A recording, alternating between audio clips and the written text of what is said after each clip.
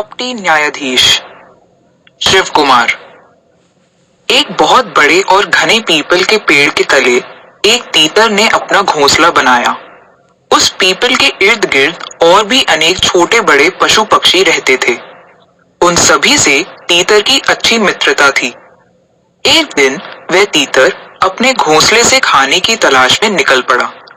बहुत दूर जाने के बाद वह मक्का के एक खेत में जा पहुंचा। मक्का की फसल पक चुकी थी। यह तीतर का मन भाता भोजन था। दोनों की भरमार देखकर तीतर उसी खेत में रुक गया और जी भरकर मक्का खाता रहा। वहां उसने दूसरी बहुत सी चिड़ियों से मित्रता कर ली और उनके साथ अपना समय मजे से बिताने लगा। उस दिन वह घर वापस नहीं आया। दूसरे दिन भी नहीं लौटा। इस तरह वह कई दिन तक उसी खेत में रुका रहा। जिन दिनों तीतर बाहर था उस समय कहीं से एक खरगोश उस पीपल के नीचे आ पहुंचा। उसके रहने का कोई ठौर ठिकाना नहीं था। जब उसने तीतर का खाली घोंसला देखा तो उसी में रहने लगा। कुछ दिन बाद जब तीतर लौटा तो अपने घर में एक खरगोश को रहते देखा। वह बड़ा नाराज हुआ। उसने खरगोश से पूछा, तुम यहाँ क्या कर रहे हो? ये तो मेरा घर है। खरगोश ने कहा, तुम्हारा जब था तब था, अब तो ये मेरा घर है।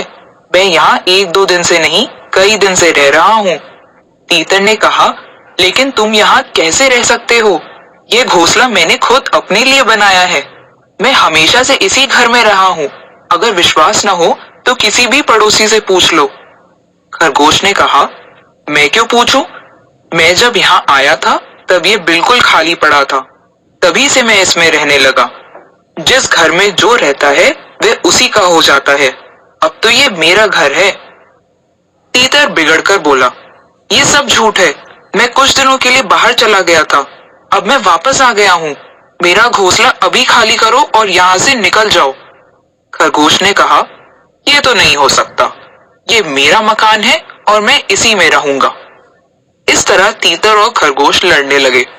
उनकी तू मैं सुनकर अन्य कई पशु पक्षी जमा हो गए। उन्होंने तीतर की बात सुनी और खरगोश की भी, मगर कोई भी ये तय नहीं कर सका कि घर किसका होना चाहिए। जब उन्होंने सुझाया कि ये मामला कानून से तय होना चाहिए। इस पर तीतर और खरगोश ने अपना मामला किसी न्यायाधीश के सामने रखने का निश्चय किया। मगर ऐसे झगड़े तय करने के लिए किसी योग्य न्यायाधीश की जरूरत थी, जो आसानी से मिलना कठिन था। इस खोज में वे दोनों घंटों तक इधर उधर भटकते रहे। अंत में वे गंगा तट पर पहुंचे। नदी किनारे कुछ दूरी पर एक बिलौटा दिखाई दिया। उस बिलौटे को देखते ही वे दोनों डर गए। उन्हें जान का खतरा था।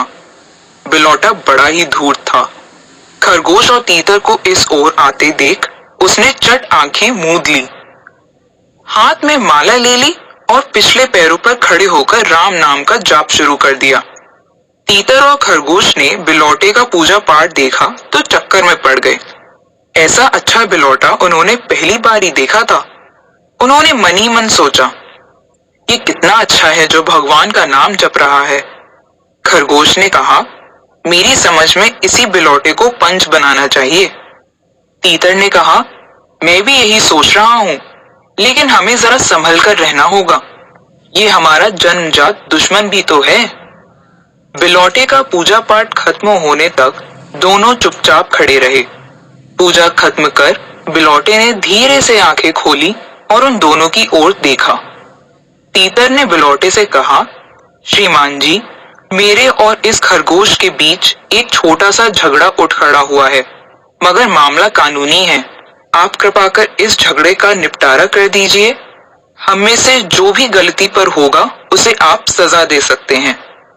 बिलौटे ने कहा, राम राम, कैसी बातें करते हो भाई। भगवान का नाम लो, ऐसी बातें ना बोलो।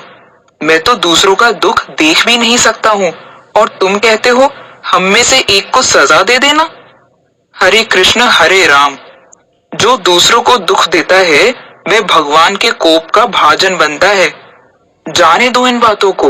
अपने झगड़े का किस्सा कह डालो, मैं बता दूंगा कि गलती किसकी है। तीतर ने कहा, किस्सा यूं है कि मैं कुछ दिन बाहर रहने के बाद जब घर लौटा तो देखता क्या हूँ कि इस खरगोश ने मेरे घोंसले पर कब्जा कर लिया है। खरगोश ने चिल्लाकर कहा, तुम्हारा घर कैसा? वह घर तो मेरा है। बिलौटे ने नरमी से कहा, शांति शांति, मुझे पूरा किस्सा तो सुन लेने दो। पहले तो तीतर ने अपनी बात कही, फिर खरगोश ने अपनी। दोनों की बातें सुनकर बिलौटा कुछ देर मौन रहा, फिर कहने लगा, क्या बताऊं भाई, मैं अब बूढ़ा हो गया हूं। मुझे ना तो ठीक से दिखाई देता है और ना सुनाई देता है। मैं तुम्हारा मामला पूरी तरह से समझ ही नहीं सका हूं। तुम दोनों जरा नजदीक आकर बातें करो तो अच्छी तरह से समझ आए। अब तक खरगोश और तीतर दोनों ही बिलौटे का डर भूल गए थे। उन्हें बिलौटे पर पूरा पूरा विश्वास हो गया था। वे दोनों नजदीक खिसक आए। तभी बिलौटा उन पर तेजी से झपटा और एक ही झपट्टे में दोनों का काम तमाम कर दिया। बिलौटा चटपट खरगोश और तीतर को चट कर गया। कहानी समाप्त। कपटी न्यायाधीश।